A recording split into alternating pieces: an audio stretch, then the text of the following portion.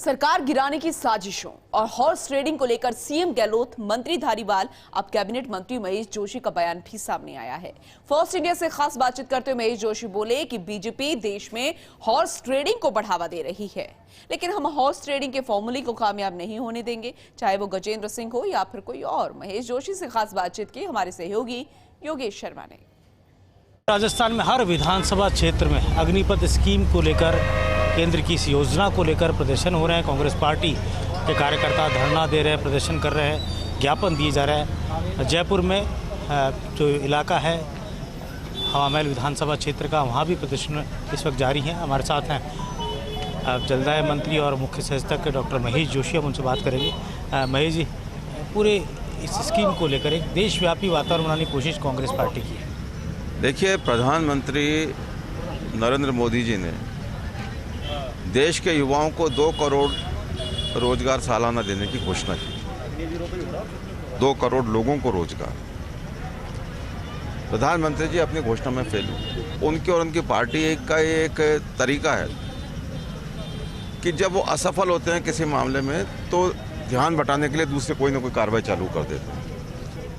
देश के युवाओं का रोजगार के मुद्दे पर से ध्यान हटाने के लिए, भटकाने के लिए उनको ये इन्होंने अग्निपथ योजना लागू की घोषणा की है। देश की और किसी विभाग की बात हो तो चल जाती है, देश की सीमाओं की रक्षा के लिए जान की बाजी लगाता है हमारा सैनिक,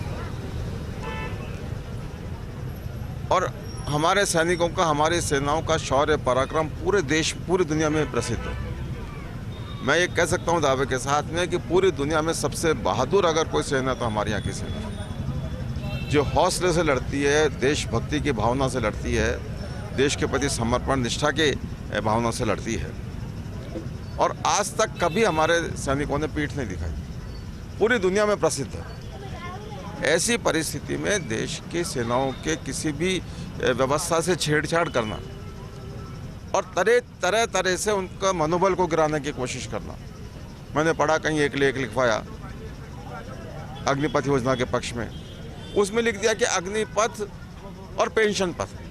आप बताइए, देश की सेनाओं के जो जांबाज सिपाही हैं, जिनके कारण पूरी दुनिया में हमारा नाम है, हमारे देश की सीमाएं सुरक्षित हैं, उनको पेंशन मार के कहना कहाँ तक उचित है? कि देश के सेनाओं का मनोबल को तोड़ने वाला है। प्रधानमंत्री जी को, केंद्र सरकार को इस योजना को वापस लेना चाहिए।